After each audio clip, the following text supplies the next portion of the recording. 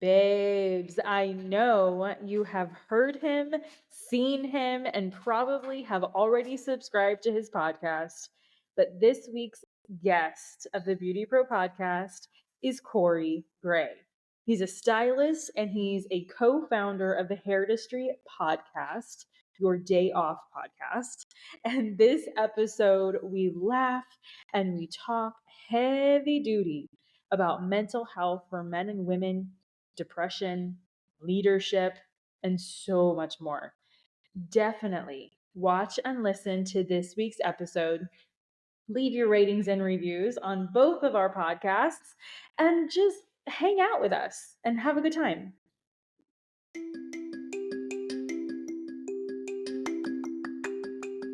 Are you a beauty or barber pro looking for that push to do that thing you've always wanted to do, whether it's in or out of the salon, spa, or shop? Are you tired of not feeling good enough, smart enough, skilled enough? Are you tired of not getting a handle on your mental health, boundaries, and insecurities? I'm Christine Sherwood, the Beauty Pro Coach, an internationally certified coach, a salon and spa owner, and your personal Jiminy Cricket. I use my own experiences, good and bad, as a salon owner to help you be more self-aware, authentic, and forward-thinking in your approach to life, in and out of the salon. It's time to reach your version of success with the Beauty Pro Coach podcast.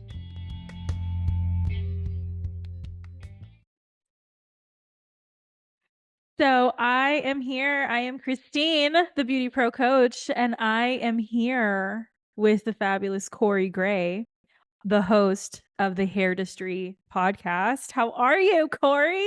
Amazing. Thank you so much for having me on and for making time for me. Oh, I'm so happy that you're here. We connected at more in person in Orlando premiere show, and I was able to coax you into the coming on. So Yeah, I'm no, very happy. it's just about scheduling it. You know what the cool thing about the hair shows is exactly that. Like, we've probably been talking like maybe a year or so online about getting this scheduled, and it's Yeah. just hard with everyone's schedule. But then, like when you go to the big hair events, it's really cool to you meet friends that are now like, oh, like I actually get to see you. Like Yeah. in real life is a real thing at hair shows.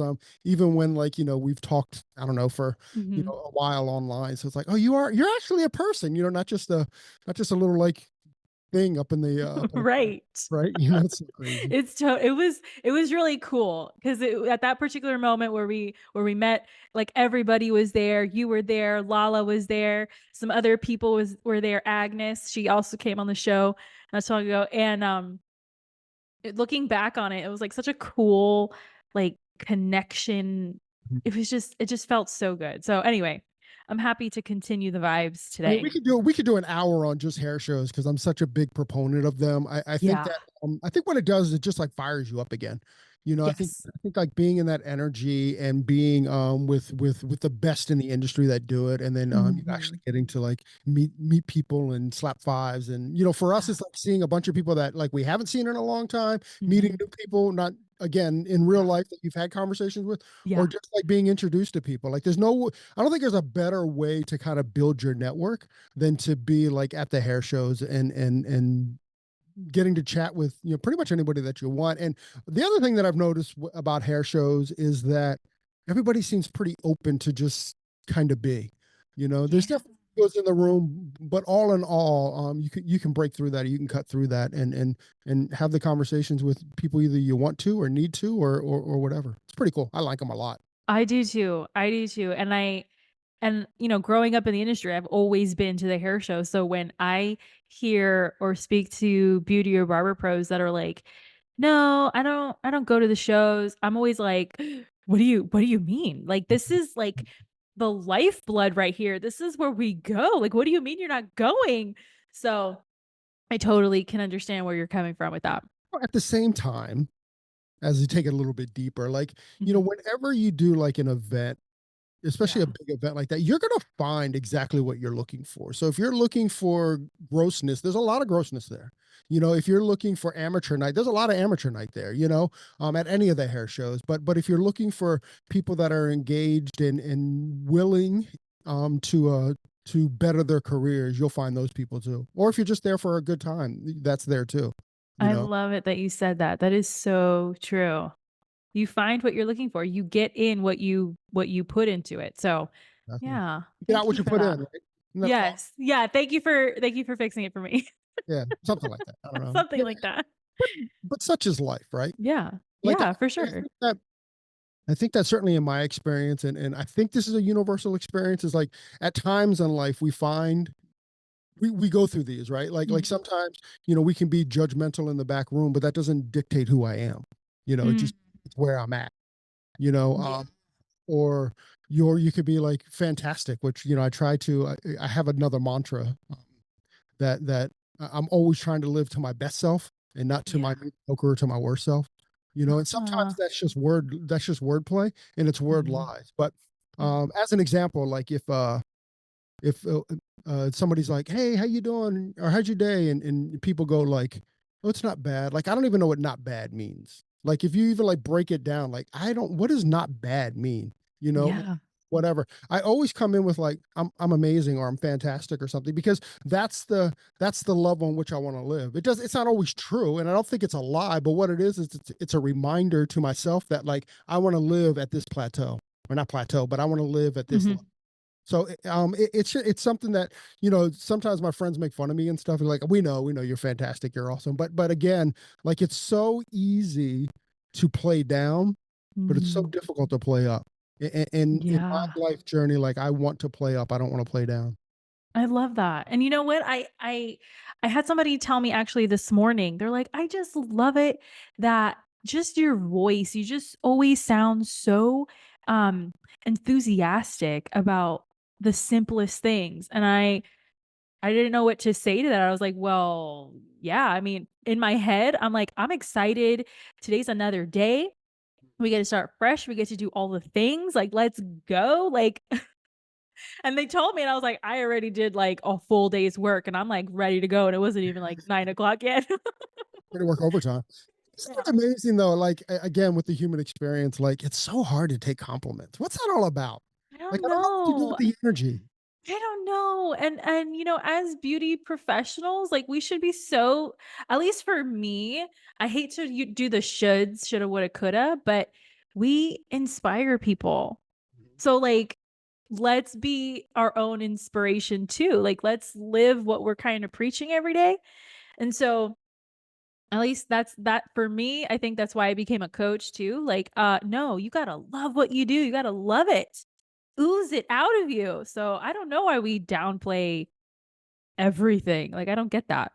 Yeah, it's just again just a weird kind of like I'm at the stage in my life where I'm kind of seeing life as an outsider, Mhm. kind of like observing like behavior and stuff, and I'm like, why do we do that? Like, why do we like? And by the way, everything I'm talking about, I'm guilty of. Oh, There's for sure. Yeah, I got it.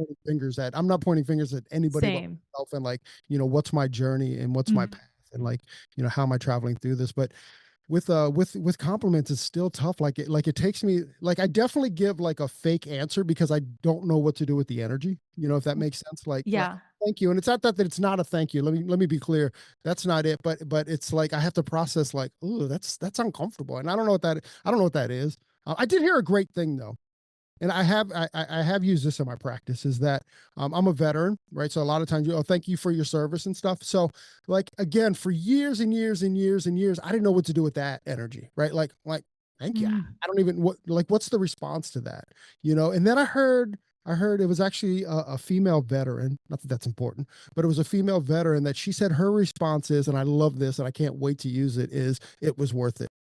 I Oh. go, that's such a great answer. Oh my goodness, I love that.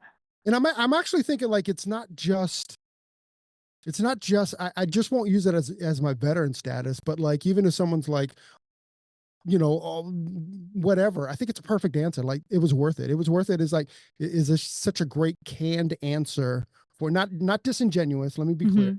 Mhm. just such a great canned answer to be like, yeah, it was worth doing, or it was worth whatever it is. Wow. It's like a hairdresser to hairdresser. Okay. So rewind. Yeah, And for the listeners or watchers who don't know, Corey, you just said you were a veteran. yeah, So that blew my mind right off. yeah. Did I don't not know why that blew your mind, but at all. I I did know to not be a see veteran. that coming. Yeah. So go ahead and just tell everybody a little bit about your story because you are one of the hosts of Hairdustry, the podcast. Yep, Your Day You Off, the Hairdustry Your Day Off podcast, brought to you you every Monday. yes, Yeah. and you still work behind the chair. Yep. You are in Maryland. Maryland, yep, we're in Maryland. Yep. Okay, so go ahead. How did you become the guy you are today? Like what? Well, I mean, there's a lot there, right? So, Right. just a little 3-second pitch. I've been behind the chair for about 30 years. I started hairdressing in the early 90s. But when I got out of high school in the 80s, I joined the military, and I was in the military for a 4-year stint. Got out literally the next day after I got out of the military. I started hair school at the Great Graham Webb Oh my International goodness. in Arlington, Virginia. So yeah, I started there. We did that, and then you know, What branch were you in? I was in the Navy. I was in the Navy. Navy. Yeah, I Okay, was a cool. medic in the Navy. Oh my Yeah, did 4 goodness. years there, and then got out. It's actually funny, like, it's just so weird, again, kinda like thinking now how I thought as a 20 now to make the story kinda complete and full, while Mhm. I was in the military, my mom died. She was Mhm. 45 years old, and I was 21. Like, I went in the military with every thought that I'd be a lifer, that I would be like 20 years in. But like Mhm. so many times when you're young, you blame your circumstance on life, or you blame your circumstance on the world around you. It takes Mhm. a lot of years to kind of go like, oh no, this is the work that I need to do. I can't expect the world to do this work for me. If that makes sense. Mhm. So when I left the military, it was with a lot of resentment towards the military, but it wasn't real resentment. It was resentment towards myself. It was resentment towards my mom for dying. That's where all the resentment was. But I blame the military a lot for that. So when I had the opportunity to get out, I got out, and I started hair school, and I took a lot of that like energy into hair school. Yeah. It's funny, and I'm probably gonna get off my story a little bit, but just talk about like just again how life seems to work is it's very funny, like when there's walkouts at hair salons and stuff, like Yeah. when or when even not even a walkout, but even when one person leaves, there's always this energy to grab people to go with you. And I'm not blaming people, but it's again within the human experience, it's like validate that I'm doing the right thing by coming with me. Right? Mhm. Like, that's what it is. It's not necessarily that you want me to come with you. It's not necessarily that you want to bring someone along, but it's more of like a validation for myself. And again, no judgment on that. It's just interesting to kind of look at it through that lens, as opposed to Yeah. somebody's taking my business, or somebody is, asking me to go, or whatever that is. But there's so much, like, even like, and like even when like there's a separate when there's a you ever have like best friends like break up, a couple, Yeah. immediately it was like, I'll use women as the example, but they'll talk about the guy and how much they love them, and like they were like Mr. Perfect, and then as soon as they break up, it's like followed with asshole, shithead, like all this stuff. And the truth is that it's okay to end a relationship because it's run its course, right? Like, I Right. wish we could all be mature enough to be like, okay, well, this ran its course, it's over, as Mhm. opposed to having to blow stuff up, and by the Mhm. way, we do it to salons all the time. We leave a salon and we go like, oh, I left this salon because they were a jerk, or they were this, or they were that. And you're like, then why were you there for 15 years? Why were you Mhm. there for 5 years? You know what I'm saying? So, and again, if there's real toxicity there, then by all means leave. But I just want to be careful. Certainly in my path, I want to be careful that when I move on, it's not blowing up what's behind me. It's appreciating that there was something behind me, and appreciating that whatever was behind me is what created who I am today, for good, for bad, or Yeah. for whatever. But I want to be again in my practice real careful not to start blowing stuff up just because we've moved on. Like, that I doesn't, I love that. logically, it doesn't make sense. No, I love that, and I really appreciate that because, like, that's such a theme in the last couple years, everybody's toxic, every salon is toxic, let's walk out, COVID is changing the world, so let's make sure we really blow it up, that is so, like, nurturing, what you just said, and I appreciate you saying that. Um, because I feel like you had so many, I don't know, several, like, transformations in your life, like, you were a Navy guy, now you're a stylist, now you're a podcast host, like, you're just doing your thing, and it's like you're giving yourself permission to just try all the things and explore all these different areas of yourself. So, like, what can you say is, like, the biggest flex of being, like, a servant leader? Um, I mean, I think the best way to kind of explain it again is just through my experience, you know. Yeah. And I think the best way to be a servant leader is to be servant to yourself. You know, Mm. there's this thing that there's this mantra that I use all the time as well, and that's like, I don't know if it's a mantra actually. Maybe it's I don't know. Fuck it, we'll just talk it through. Is that there's a time to be selfish, if Yeah. that selfish is to be selfless. You know, Mm. so you know, if you've done the work, you know, to do the work can feel selfish. And again, I think that that's a Mhm. human experience game. Yeah. But it's impossible from my perspective, to be selfless if you haven't been selfish and you've worked on yourself. You know, and you've Mm. worked hard on yourself and you kind of understand things, and how your life has affected your life, if that makes any kind of sense. Mhm. Yeah, A yeah, yeah. little example of that is that I got sober at 29. So in 1999 I got sober, and I with that became clarity. It's like I had to fight and battle through, um who am I? Where am I in life? Mhm. Because all through my 20s, I was the party guy. I was the fun guy. I was the guy, you know. And then when I was about 34, ironically, because of Tony, but when I was 34, I couldn't figure out why Tony, who doesn't say two words, is very, very quiet, very, very stoic. But the second he walks in a room, he gets respect. And I would come in with the party, or I'd come in with the whatever, but I never seemed to get that same respect. So I started Oh. like looking at this in myself, and I go, I want a little more of that. I don't necessarily have to be that completely, you know. Like, Mhm. I'm not really one to. If anyone listens to the podcast, I'm not the one that's quiet. However, you know, how can I get a little bit of that energy? And what I realized, and this was like this is how a shower changed my life. That'll be the name of my autobiography, how a shower changed my life. I love it. The shower, man, that's where all the good ideas come, so go for it. So, so again, when I was kind of like like what is this? And I was getting in the shower, and what came to me in the shower was, again, my mom died when I was 21, Mhm. but she had had cancer my entire childhood and my entire life. Mm. So, and also she worked for the National Education Association, and she was the head of members benefits. So all that means, and what that means to anybody that's listening, is that I never had an adult in my life that didn't know my mom's plight, Mm. right? So I never had an adult in my life that on some level didn't feel sorry for me. And how that kind of manifested itself was that for many, many, many years, I saw love as feeling sorry for me. Mm. And this is kind of, and what would happen is whenever I got close to somebody, I would start to make them feel sorry for me. I would play the victim card so people felt sorry for me, because this is how I saw and felt love. Right. And in that shower, all that came, like it hit me like the water, like the hot water hitting me in the face. It also came with wisdom, you know. And I was like, Yeah. oh, okay, I get that. Nobody respects the person they feel sorry for. They only Mm. feel sorry for. It's different, Mhm.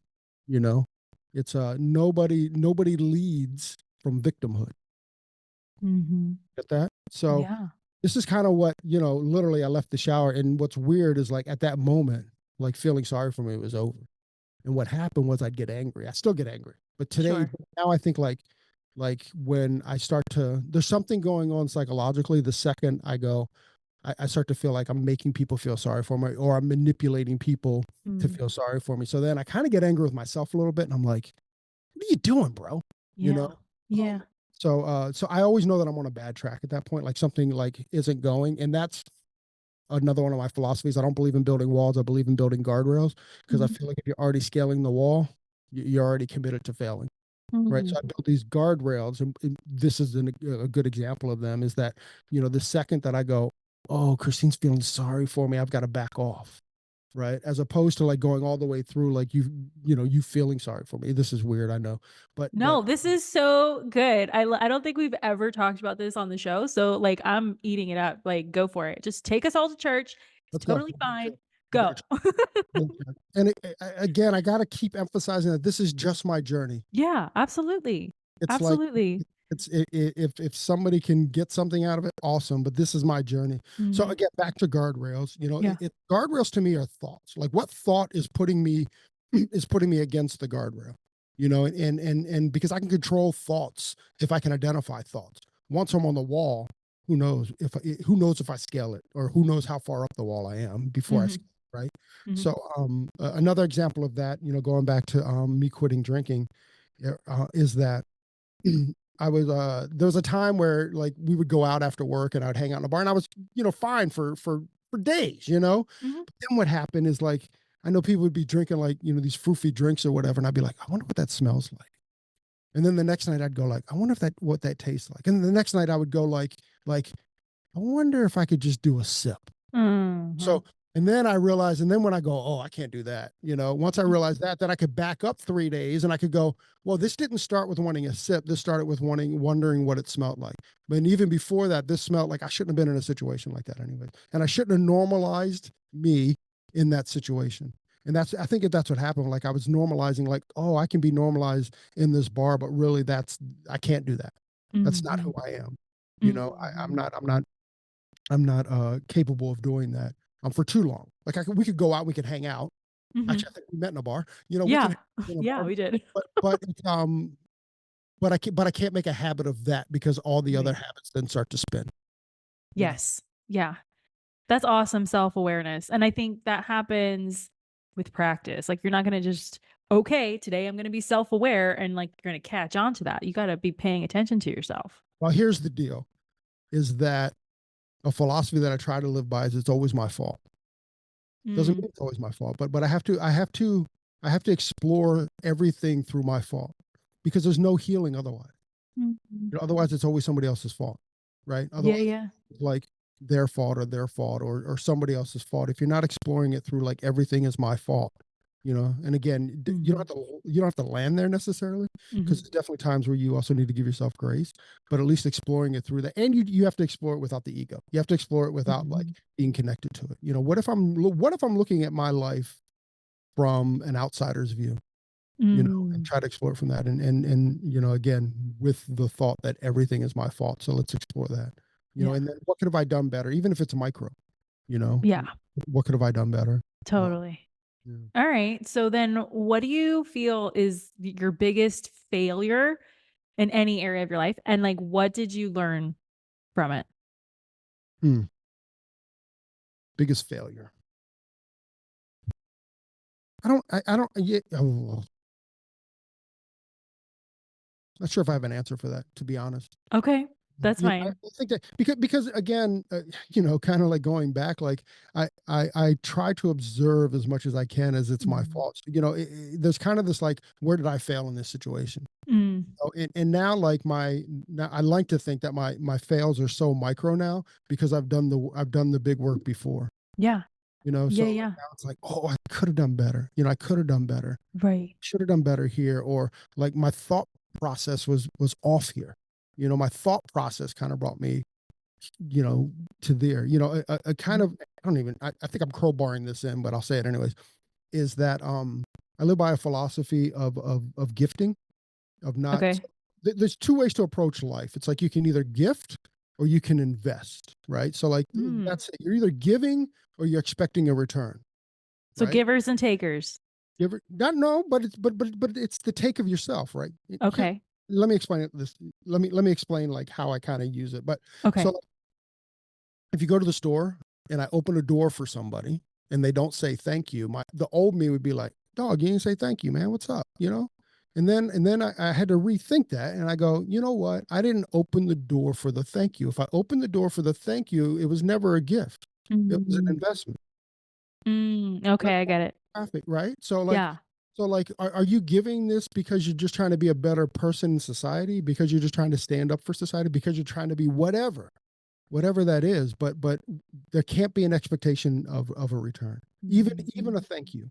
Now, do I process through that? Yes. I still Yeah. go, dog, you should have said thank you. But then I can then step aside and go like, I didn't do it for that. It Right, gave right. me a mantra to say like, I didn't do it for that. And what that does is it immediately kills that energy, because I Mhm. don't want the other thing, once again, back to guardrails, is I don't want that quarter of a second that they didn't say thank you to have an impact even for a minute after that. Mhm. Right? And I can kill that thought process immediately and go like, no, that was it. I didn't do it for that. Yeah. Again, Okay. I think I like appropriate. that. Okay, so so this is kind of a similar question, but it's probably one of my favorite Another similar questions. question that I won't answer, but carry on. But it's okay. Okay. Well, So, what insult have you ever gotten in your life that you are currently so proud of? what insult? Insult, yeah. One insult that I've gotten up that I'm proud of? Yes. I don't even know what this question is. No, it is such a good Give me an question. example. I love Give me this an example. question. Yeah, give me an example. I don't Okay, so like it could understand it. be even like from a client, wow, Corey, you're just I don't know, you're just too good and I just can't believe that you think that you're great or whatever. And then you could be like, yeah, actually, I am great because I put in all the work, like something like that. Yeah. I don't know about an insult. Yeah, no. Yeah, I don't know, man. Everybody loves this question and you just totally blew me away. Okay, fine. Fine, fine, fine. I don't So, really honestly, it's not that I'm even avoiding it. I'm not really sure I know what it means. okay, have you But ever it's gotten an almost like, insult? uh, I'm sure I get insulted in people's heads all the time. All right, maybe we'll come back to it. I Come don't back. know. Yeah, let me process that a little bit. Process that one a little bit. Yeah. Okay, so how did Hairdustry come to be? Um. Oh, I've got an answer for this one. So Oh, perfect. Thank you. I appreciate it. I think I'm insulted now. Actually, now that I think about it, you've insulted me. I'm okay. No, assaulted me. So honestly, I was just an early. I kind of grew up on Stern, and I grew up on like Yeah. some local like shock jockers and stuff like that, and like. I was always intrigued by the medium. One Mhm. reason that I'm intrigued by the medium is that it's incredibly intimate. You know, like Mm. like like Howard Stern doesn't know me, but I'm his best friend. Okay, Like yeah. Yeah, just kind of yeah. get, like Mhm. everything about them, even if they don't know you. So it was kind of intriguing to me that it's this very, very intimate medium, that you get Yeah. to spend every single day, or for us, once a week with somebody, and you kind of get to know them a little bit, or you certainly get to know what they're putting out a little bit, right? Yeah. So on that, I was an early adopter to podcasts. I think I started in like 2008, 2009. Like it was like I Like was like, that's when first started coming out, right? oh, exactly, yeah, Yeah. super like super early adopter to it. And for years, I mean, all the way till 2017, I was like, I want to do a podcast about the hair industry. But up to that point, the only conversations we were having were angles and color tones and Mhm. tertiaries and all that. And I was like, wow, I don't know. I can't figure out how to like make a podcast about that. And then and then B, I can't figure out how to do a podcast to make that interesting more than once. Like Mhm. we can talk about haircut angles, and that would be awesome once. You can't keep Right. having that conversation. So, what's the sustained conversation that we could do 500. I mean, we're now up to like 550 episodes. Like we What? uh, That's small awesome. um That's awesome. small promotion. Shameless Shameless plug. shameless plug, right? So I couldn't figure out that conversation. And then to name drop for just a second, the all and powerful great Philip Wolf, when he first got into the hair industry, he was an assistant in our salon. So No way. I did not know that. we've known Philip since he was a wolf cub. He was That like is so 5 years cute. old. I love it. So, long story short, in 2004, Philip moves to LA, and then slowly becomes the Philip Wolf that we all love today. Mhm. So back in 2017, I hadn't seen him literally since he left. So whatever that is, 14 years or so. He Okay. calls me up and he's like, "Hey, bro, I'm going to be in town on Monday. I'd love to see you." So I went to go see him. He was doing a hair event at what was B Scene at the time, and Hmm. there was a bunch of like influencers that were in town. B Scene Salon is right up the street from ours. Just Okay. or was just up the street from ours. We're in Maryland, just north of DC. Yeah. So anyways, I go there, and Philip's there all day. And what had happened was there was a lot of hairdressers there, and all day long they're handing me their phone to take pictures with Philip. Like I was like Phil's like professional photographer for the day. However, when I left there, I go, that's it. I know what I want to do. I go like I want to be kind of the conduit between like hairdressers that work behind the chair and at that point like different influencers. And this is 2017, so it's kind of the height of like the Yeah. influencer kind of thing. Cool. So I go to Tony, my partner Tony, and I say, hey man, I've got this idea. I want to be like the Jimmy Fallon of the hair industry. And Tony said, if we do this, we've got to bring heart to the conversation. And he was absolutely right. So literally before we started the podcast, we changed the podcast. Like, you're right. We have to like have the conversations that aren't being had. And like, and like, I don't think that we innovated anything, but I think the industry, we just hit the timing perfect. Like the industry was ready to have tough conversations, because prior to 2018, I don't ever, and I'm being honest, I mean, I've been in the industry for 30 years. I don't ever remember any public conversations about mental health, about sobriety, about like I've never like worked in a salon where drugs or alcohol wasn't a concern for someone, but we've never had that conversation, so honestly, one of the proudest podcasts that we did was within our first year. We did a month of sober October, and one of our first ones was to talk to the all powerful Michael Cole, and it was the first time he had ever gone public with his sober story. And we yelled at each other on the podcast, we cried together on the podcast. It was like super, it just, I'm just one of those ones that I'm super proud of. Yeah. And beyond whatever that Michael agreed to do it and agreed to come public with it, because it's definitely something that he struggled with for a very long time, and now he's such an activist and supporter of those that are working the steps and working the program. What do you think it is about our industry that drug and alcohol use is, and even abusive relationships? What do you think it is that it's so prevalent? Well, I think it's prevalent in society as a whole. However, I think we're affected by it a lot because most of the hairdressers that I know were misfits in life at some point. I think that it was like most of us, and by most I mean 51%, in case anyone whatever, but most of us didn't go to college, or most of us didn't finish college. Most of us didn't do the traditional path, and I think a lot of us found the industry through searching, or through a calling, as certainly we've heard many times on our podcast. So I think that we're just people that were searching, for where to fit. So I think with that comes a lot of experimentation. It comes a lot of like pushing the boundary. It comes a lot of soul searching. I think that certainly, I'm not a blue shirt khaki kind of guy. But like I think like our industry isn't really filled with that, filled with like determined like this is what the path looks like. By the way, I'm not, they're all on their own path, but it's not what our path looks like. Right. I just think that our industry is filled with a lot of misfits who have been searching, and I think with that comes other things. Do you think because the industry, by the way, we're a cash industry. Certainly when it comes to drugs, we always have a pocket full of cash, and we all within a phone call or so where to spend that cash. Ooh, that's a good point. Did not see. Yeah, that's so true. Okay.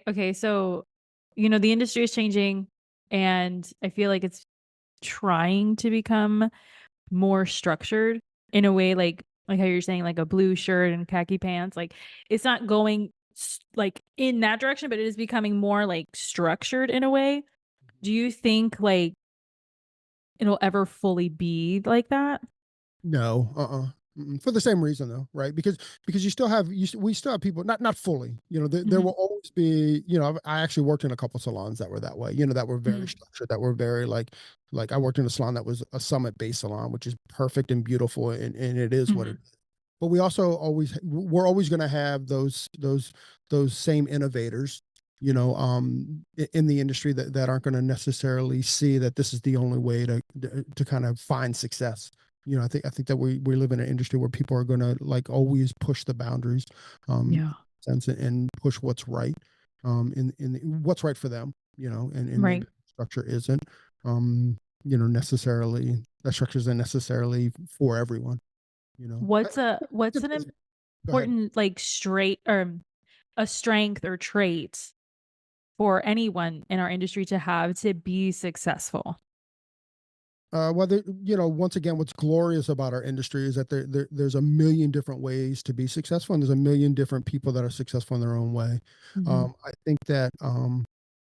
I think as far as leadership goes, that we need to approach leadership through a humble, understanding way, and not necessarily a militant way. I don't think Mhm. that flies too much, and I also think it's kind of old school kind of thinking. Yeah. I think that now, speaking to the industry as a whole, and I hope I don't get you in trouble for this. I think that we need to, as an industry as a whole, again, is we have to take leadership be more responsible for it. I think with our Mhm. industry and why there's so many failures or so many opportunities missed in the industry are from salon owners that just think that that's the path. I get Yeah. out of school, I'd be a hairdresser for a couple of years, and now I'm a salon owner, and this is the path without necessarily um, having the leadership skills in which one must have, and again, being a humble leader, being an understanding leader, I think Mhm. is kind of the best way to do that. I just don't think Mhm. that we're investing in our leadership skills as much as we probably should. If you're going to be the leader of people, I think Yeah. that's important. And none of us have leadership skills naturally. It's definitely like a worked thing. It's not, I don't say none of us, but 99.9% of us don't have it naturally. So I think if you're going to lead people, then you must invest in leading people. So my experience has been that just saying the word, leader or leadership or whatever, it like rattles people and they like run from it. They're like, no, no, no, I don't want that. But then you don't want it, but you're saying that you do. Your actions are saying that you do. So what is it about the word leader or leadership that just puts everybody on tilt? I don't understand. I know why, because you Why? actually do the work. Ah, okay. I mean, when you say leadership or you want to be a leader, then now you're saying, I mean, kind of what I said, kind of what I called the industry out on is that we have a lack of leaders, and not on the top of the industry. We have a lack of leaders in our salon. This Mm, is not a shot at any salon. It's just an observation of all salons. right. There's some salons out there that have unbelievably good leadership, Mhm. but yeah, that's what it is. Because it's also like, it's almost like the money talk. You're Yeah. talking about something that you have to put work in, but also that's an uncomfortable situation because there's a lot of like soul searching with that. What is a leader? What's a good leader? And it's like, I think that this works again. I think I'm crowbarring it in, but you know, change is never, ever, ever, ever about what's next. Mm. Change is always about giving up a belief system. Mm. I like that. What's next is sexy. When you buy a new car, that's fun, and that's cool. You know, Mhm. Mhm. so like if you look at your career the same way, or anything really, in and out of relationships, it's never ever about the next person, but it's always about giving up a belief system. So within leadership in particular, um, uh, we have a belief system of what leadership should look like, or what leadership is success, or honestly, not even what it looks like, but what have you experienced, for good, for bad, or for Mm. different. We tend to always lead from what we've learned, for good, for bad, or whatever. Okay. Okay. What is Okay, so for me, Yeah. being in the industry, you learn a lot about people, right? I've had family members come to work in the salon and you're like, "Oh my gosh, why are you like this?" Like you didn't know that about them beforehand, okay? So you learn quite a bit. So my question to you is, what is a lesson that you have learned working in the professional hair industry that you wish everyone from like the postman to your commander to whatever it is that you want them to learn this lesson that you have learned? Um, I think it's important to realize that everybody's life, whatever aspect you're seeing in somebody's life is only a part of their life. Hmm. Like, again, they could be like, for instance, I had a client who I thought was just the most amazing, sweet, kind, thoughtful person ever. And then I did one of her colleagues and they're like, nah, she's like this ruthless bitch at work. Oh no. I didn't see it at all. You know what I mean? And I like, but I also had to go like, again, with no judgment, but just like, Right. oh, she can be that too. Yeah. She can be this killer, you know. And it was the person, Right. she wasn't complaining about how ruthless. She's like, no, no, you don't understand. She's a killer, you know. And like, she comes in, she's kind of meek, she's kind of quiet, she's just like, you know, fun loving, Yeah. almost like mousy in a way, you know what I mean? Yeah. But then like, she's like, nah, you don't understand. Oh. She gets shit done, you know. So it was interesting, and like that kind of forced me to kind of look at like, oh, everybody has these different person. You ever listen to like your spouse on the phone and you know exactly who they're talking to by the way Yes. they're speaking? I mean, I don't have a spouse yet, but yes, I know what you're saying. Right. Like, if you have a person in your life and you hear them, you go, Like, oh, that's her mom voice. That's like her yes. talking to her mom voice, right? Or Yes. it's her talking to her best friend voice or whatever. You know, Yeah. so like to use that as the example, understand that everybody kind of has that, Mhm. and that you're just getting this version of them, you Yeah. know, or the best, Yeah. you know.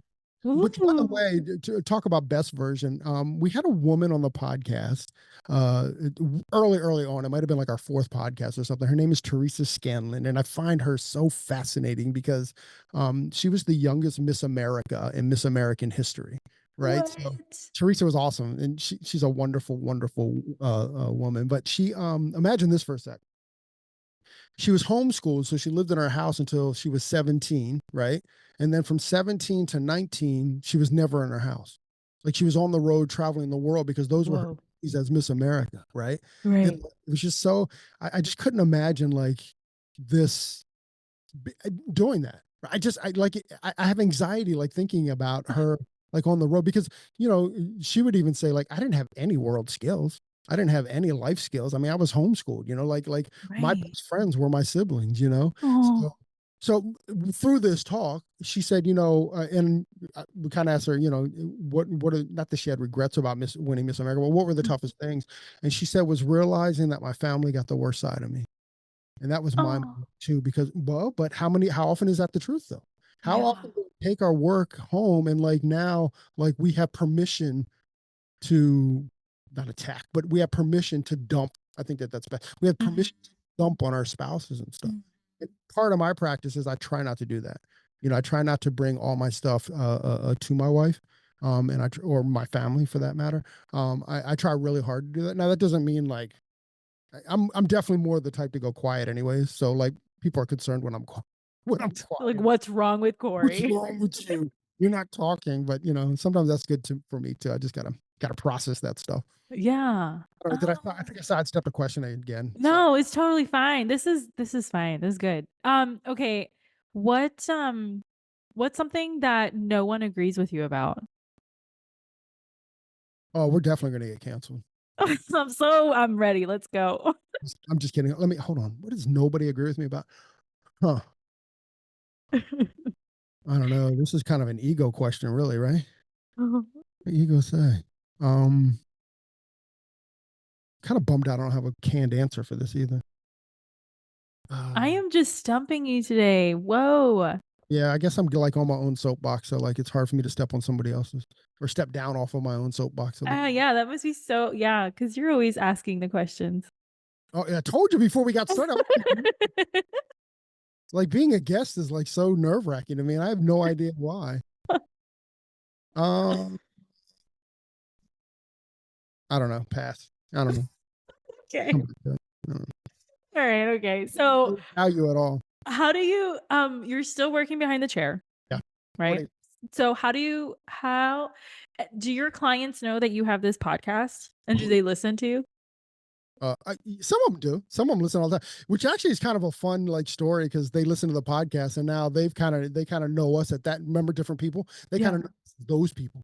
Not that we're that much different in the salon, but like they want to have conversations about, oh my God, Christine came on and she was so smart. Yeah, it's actually very, very, very, very cool. Can I totally shameless plug for a sec? Oh, yes, of course. Of So course. day after we met, we dropped our podcast that we did with Patty Cutts, who happens to be Travis Kelsey's barber. And if you didn't see it, we talked about the Oh my wedding. gosh. And dude, it went crazy. Like Entertainment Tonight covered it, and Access Hollywood covered it. People Magazine covered it. Like our podcast was like covered everywhere, which was really cool. But what Oh was my God, I'm so proud of you. Like, this is so cool. it was, I'll send you the videos. It's Yes. very, very, very cool. But what was really cool about that is that our clients absolutely positively loved it. They're like, this is so mind blowing, man. That because they remember they've been with us since even before the podcast started. So Yeah. watch this happen, and then to watch us like get national like attention for it. That's so cool. So do you feel like this podcast has helped you even get like new clients? We've gotten a couple new clients from it. Not gonna lie, but it's mainly because like somebody, again, we're in like Maryland. So when people are like, if we have any listeners that have had that have clients that are coming to our area, and we're a very transient area too. So Mhm. there's always people coming in and out. So we've gotten a couple of people like, oh, can you do? I think we've gotten like 3 or 4 clients. Whatever. It's totally Yeah. cool. No, it's not even a way. No, it's totally dope, totally cool, totally appreciate it. Yeah, it's cool, but we didn't build a book from it, is what I'm saying. Right. No, Okay. we did that. No, it's been really cool. Okay. So this might be like a silly question, but I just Probably have an answer for a silly one. It's a serious one. I can't. So do you okay. So then you're a podcast host and now you're like covered nationally, which is so cool. How do you get 24 clients? hours. Let's be clear. It was a 24-hour run. I know, but but it's still, it's like, yeah, like it's cool. I have some takeaways from it if you want to talk about it. Go do it. Run. Okay. So, so whenever they always tell you not to read the comments, right? Like if Okay, you ever, but whatever. I love the comments. so well, you love them until you don't love them. Let me. Oh, okay. Okay. Good point. Right? Good point. So anyways, I was reading the comment, but it was very cool to me. 2 things happened is that one, like at the beginning of the day when this thing like blew up and kept blowing up, and lots of people reaching out like, oh my God, I just saw you on so-and-so. So that was very cool, in an ego kind of way. But also like, I was very aware that like, yeah, this is 24 hours. Like, I know, like, this doesn't make me, this doesn't break me. This isn't anything but this blip, Mhm. and I was able to keep that perspective, all day. That doesn't mean that it wasn't exciting. That doesn't mean that it wasn't very, very cool, because it was. And it wasn't mean that it doesn't mean that it's not appreciated, but it's not defining myself from it. Right. Because you have to, if you define yourself from the highs, you must also define yourself from the lows. Right. Mhm. And like, Mhm. and either way is very, very dangerous. Define Oh, okay. they're high or I'm so great is terrible, and Right. there's only a letdown, and I'm so bad is suicidal. You know what I'm saying? So Mm. I never try to put energy either way. Again, Sure. it wasn't exciting. It was all of that stuff. But it's exciting, but my excitement doesn't define me. It only defines a moment. Mm. Right. Yeah. So anyways, that was a big like, oh, I did it. Like I Yeah. did get overly like, whatever about it. It doesn't make me a better podcaster because our podcast is no better than yours because we were in Entertainment Tonight. Do you know what I'm saying? Like, Right. No, just yeah. it is, and there's no other energy into it, right? Right. The other thing was going through the comments, even the negative comments, I realized a couple things. One, I wasn't even connected to them. Like it was That's like, cool. yeah, because what I learned about reading all comments, I'm sure in a week this will go away. But what I learned was like all those comments that were negative lack complete perspective. They were Mhm. just the perspective of the moment that they're showing or that they're Yeah. So I mean, Yeah. I didn't talk about how ugly my beard was or anything like that. So I didn't take it super personal, but yeah, all of them were lacking perspective. Like there was one like somebody commented on like these guys trap Patty into this answer, and I'm like, hey, I'm super complimented that you think that we're so programmed out that we know how to trap somebody. I mean, at the end of the day, we're a couple hairdressers, and we're just talking to a couple friends, on the podcast. Or at least that's kind of how we always feel about it. See, that's an insult. That's the answer Okay, to the we'll go with this. We'll go with this then. We'll go with There this. you go. the answer. So like they commented that like, oh, they trap Patty. Well, here's the truth. The truth is that we talked about Taylor Swift for 2 minutes, which by the way is all it takes. You should dedicate 2 minutes to all your podcasts to Taylor Swift. Okay, I'm This gonna would be try like it. 2 minutes right now. I was talking So about Dolly Parton, so now I gotta try Taylor Swift. I'll have to get into Dolly. But this is at the like 53-minute mark. Well, up to that 53 minutes, we talked about Patty and his life. We talked about Patty and Patty was a D1 athlete at Drexel. And then when he was 19 and a sophomore in college, his father committed suicide. Mm, So we had conversations about men's mental health, which might be the most under talked about situation in the world is men's 100. mental health. And then from there, we talked about like Patty's drug addictions and drug use and him in and out. He's in Florida now. He's in Boca Raton. Him in and out Hey. of him in and out of rehab and stuff. So this is my only point was where that lacked perspective was that Patty was way open about his entire life, not just this aspect, Now, Mhm. with that perspective, before the podcast, I knew I was going to ask about Taylor Swift. But what we weren't going to make it about Taylor Swift, but we were going to ask about Taylor Swift. You Right. get what I'm saying? Yeah. We didn't promote it as that. We didn't promote it as, Mm-mm.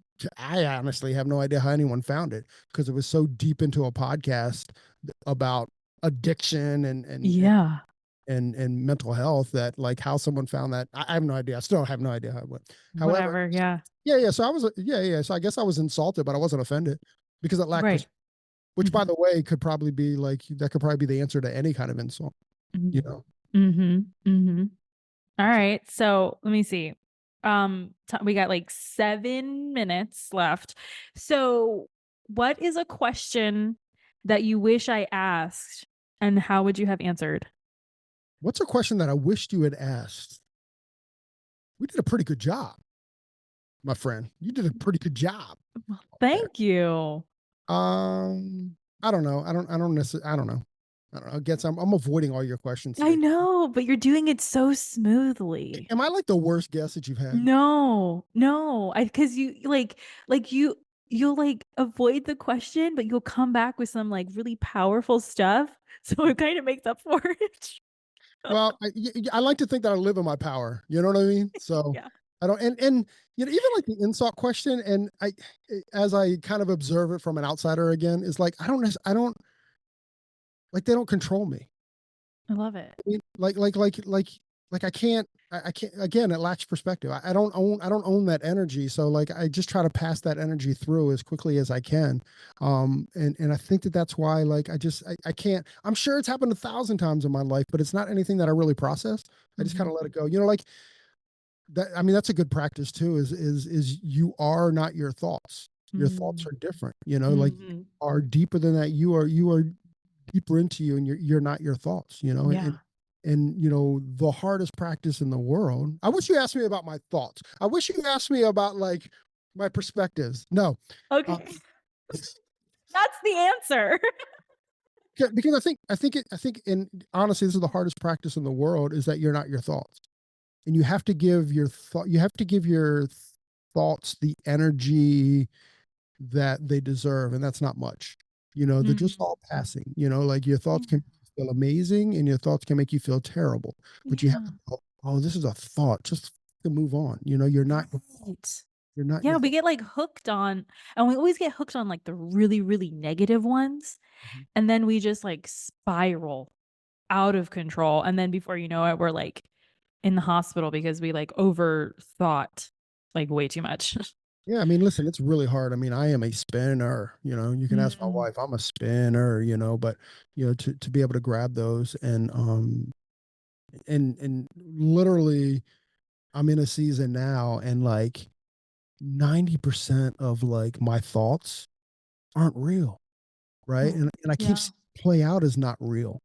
Like this is just these are just thoughts. These are just Mhm. like thoughts and I think I'm trying to figure something out. I think this is what we do when we start to spin or we start to have these like these negative thoughts, like we're trying to figure something out. And I think the negative thoughts stick around because we can't find the answer. You know, Oh, yeah, that makes sense. That I'm makes like, total sense. I keep like, what?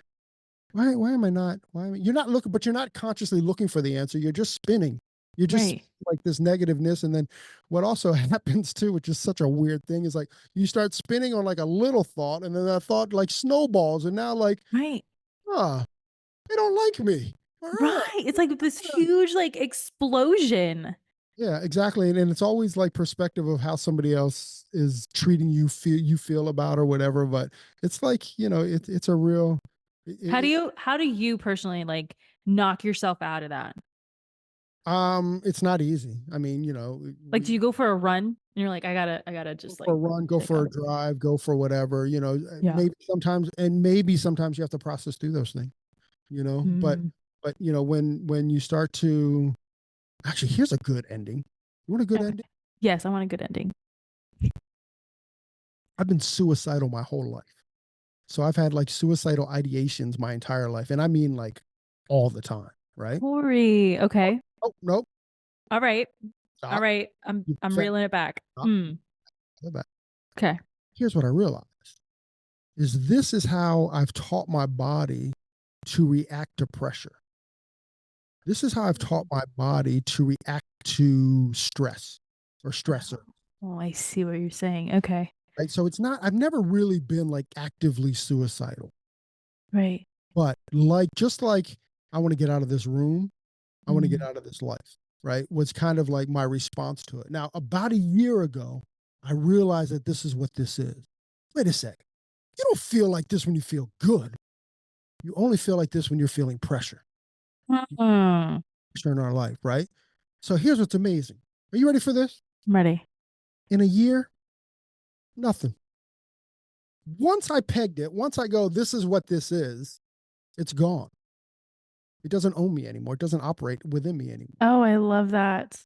Now Because that you discovered it. You got to the root of it. to the root of it, and kind of like with my mom too, it's kind of like that same, like I've been very, very fortunate and very, very lucky that I've had like maybe 10 times in my life where I was able to identify something and literally walk away from it, and I can leave it behind, like it doesn't own me anymore, you That's know awesome. and Yeah, that that's awesome. so this is like the latest thing, right?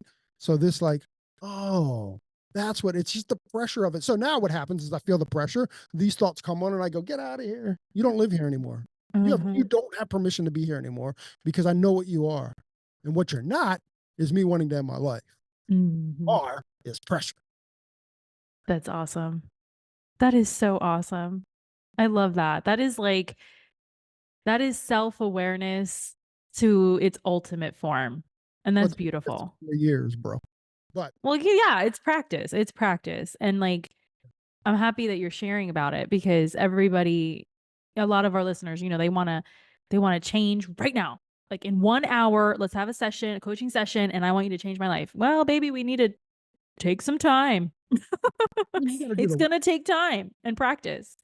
well, once again, I mean, I think the biggest takeaway that I've had is kind of observing it through it's my fault. Mhm.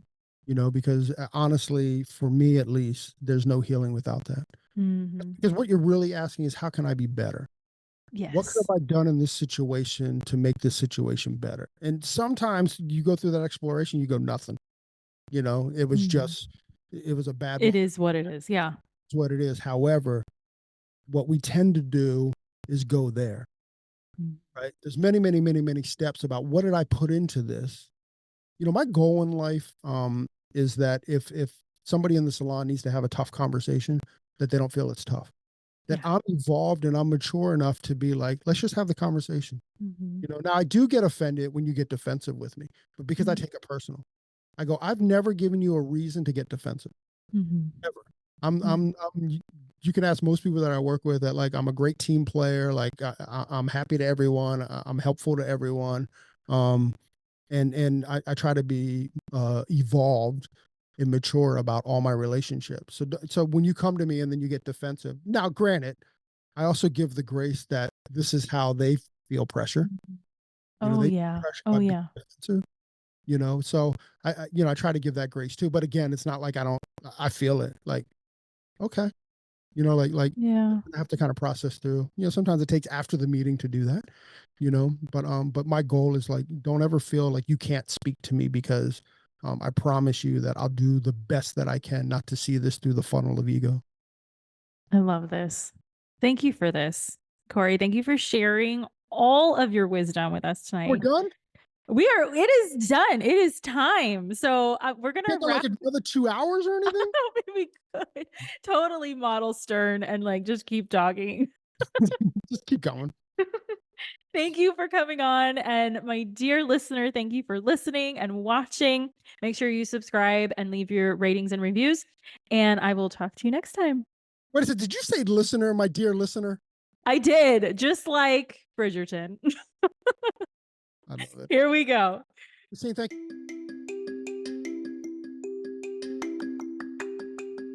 If you loved this episode, subscribe to the BeautyPro podcast on Spotify and Apple Podcasts so you never miss an episode. Don't forget to leave your reviews, stars, feedback so I can continue bringing the content you deserve and want most. Your feedback fuels this podcast. The more you give, the more you get back. You can follow me at The BeautyPro Coach on Instagram and Facebook. Want to contact me directly? Email me at befree@goldentruthcoaching.com.